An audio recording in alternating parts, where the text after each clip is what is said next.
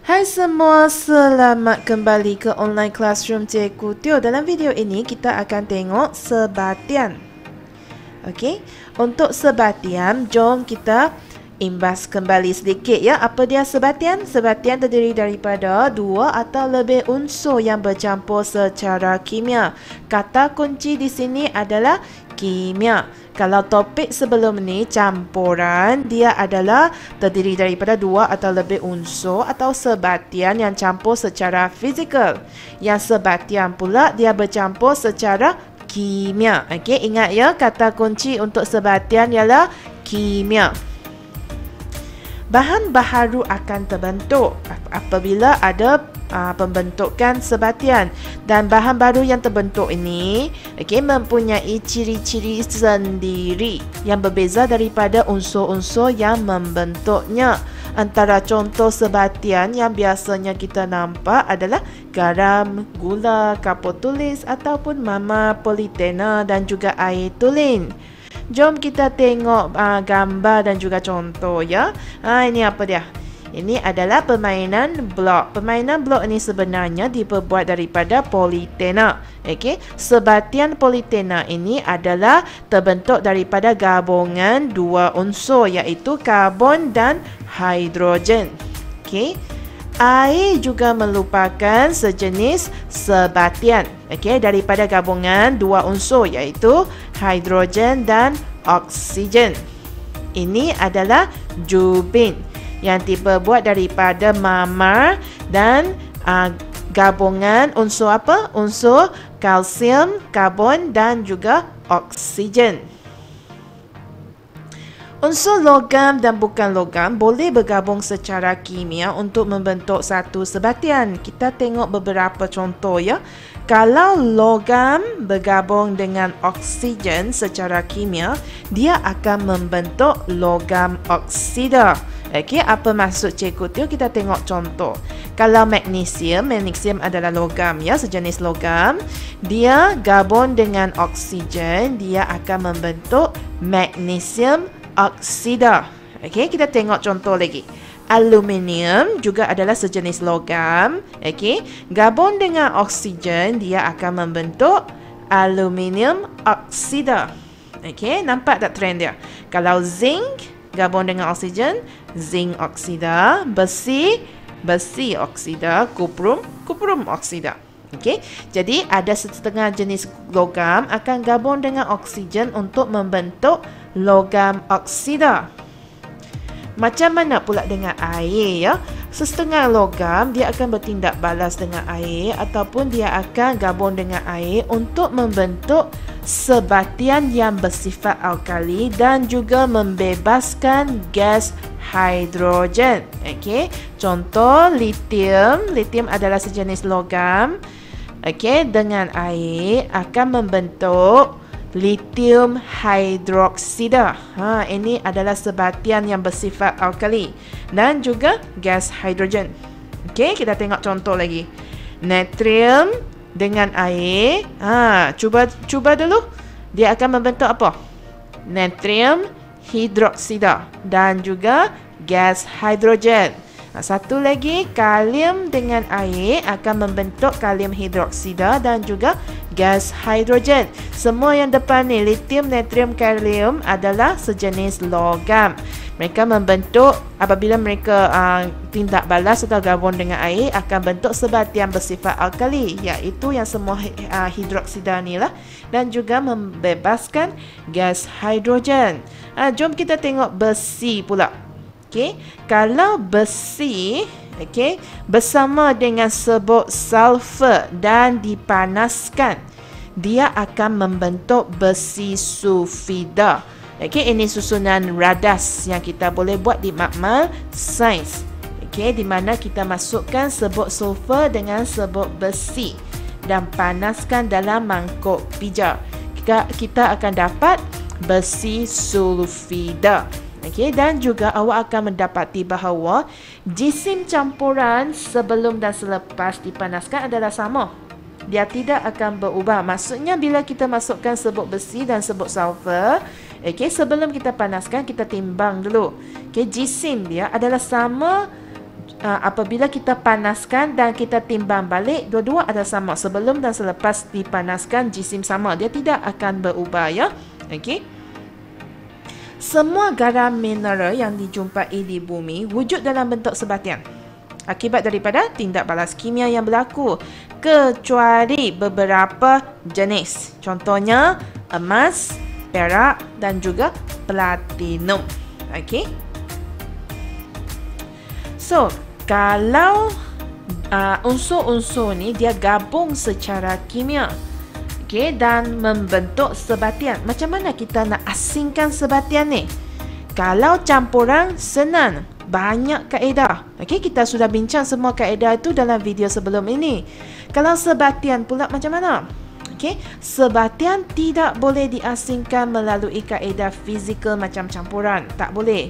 Kerana unsur-unsur dalam sebatian ini dia gabung secara kimia. Dia ada tindak balas. Okey, dia sudah bergabung secara kimia.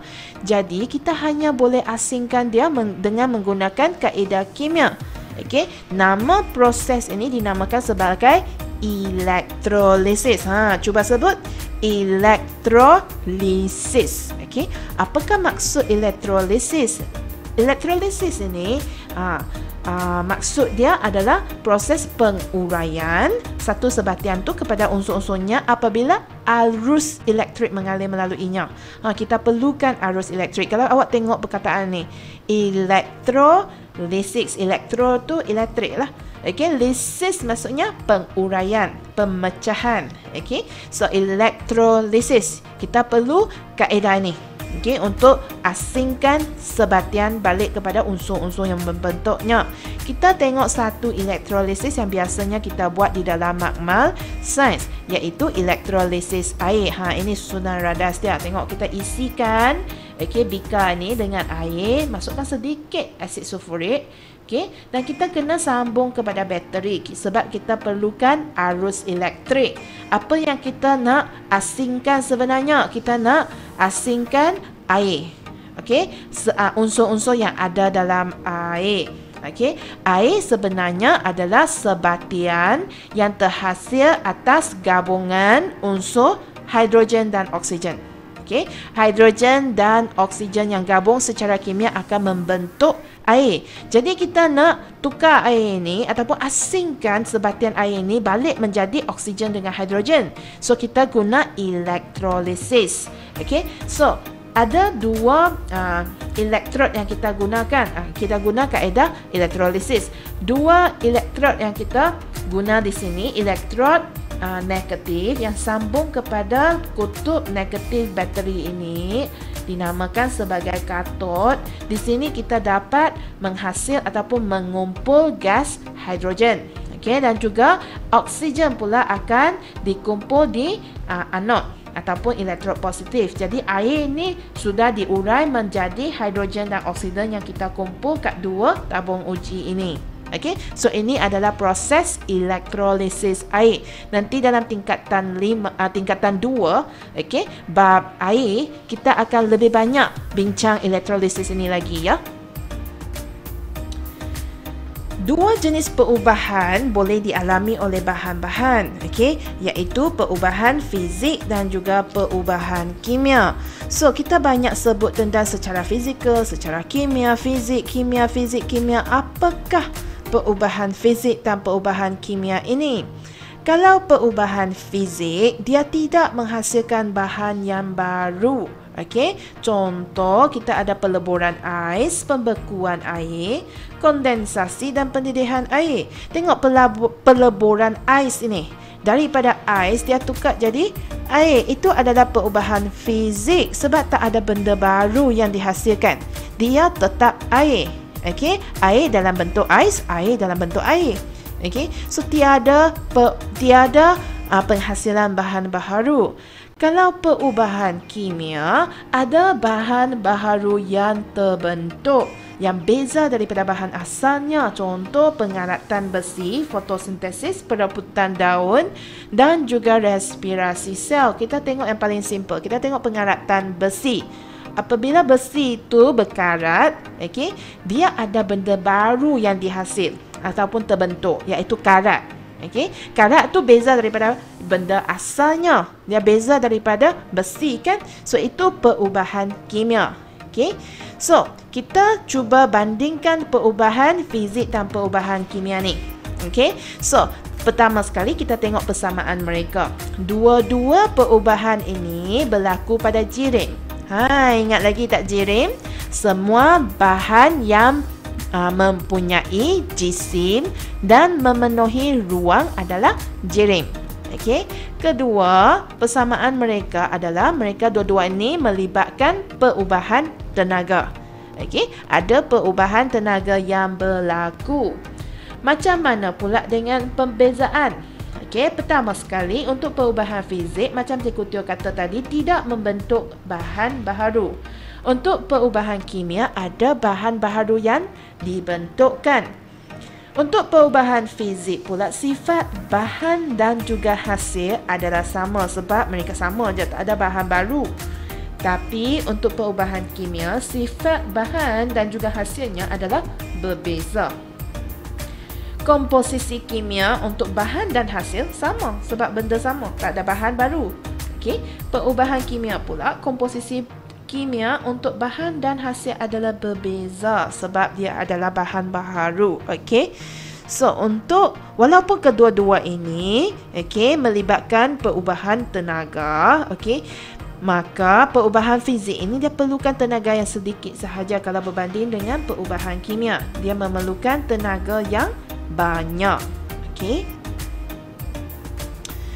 Selain daripada perubahan fizik dan perubahan kimia ini, kita juga sudah bincang tentang campuran dan sebatian dalam bab ini. Okey, campuran dan sebatian. Boleh tak awak nak bezakan antara campuran dan sebatian ini? Jom kita buat satu rumusan bersama-sama. Okey, so apakah perbezaan antara campuran dan sebatian? Pertama sekali, pembentukan bahan baharu. Campuran tidak bentuk bahan yang baru. Contohnya kita tengok ais kacang ataupun sandwich. Okey, kita ada roti, ada ayam, ada sayur, cheese, telur dan sebagainya. Kita letak bersama-sama, dia jadi satu campuran tapi tak ada bahan baru yang terbentuk. Tidak ada. Okey. Untuk sebatian pula, yes, ada. Contohnya air. Air terbentuk daripada hidrogen dan oksigen. Yang bentuk tu adalah air. Okey, sudah bahan baharu ya. Okey, ikatan kimia, campuran tidak ada. Sebatian, yes, ada. Ya, okey. Kaedah pengasingan untuk campuran adalah secara fizikal.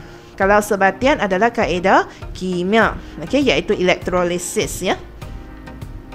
Sifat bahan baharu berbanding dengan sifat asal tak ada perbezaan untuk campuran. Untuk sebatian, ya, ada perbezaan. Jadi, itu sahaja daripada Cikgu Teo. Kita sudah selesai bab 6 tanya ya. Kita jumpa lagi dalam video yang seterusnya. Bye. Kalau awak telah belajar sesuatu yang baru hari ini, jangan lupa untuk like dan subscribe ya.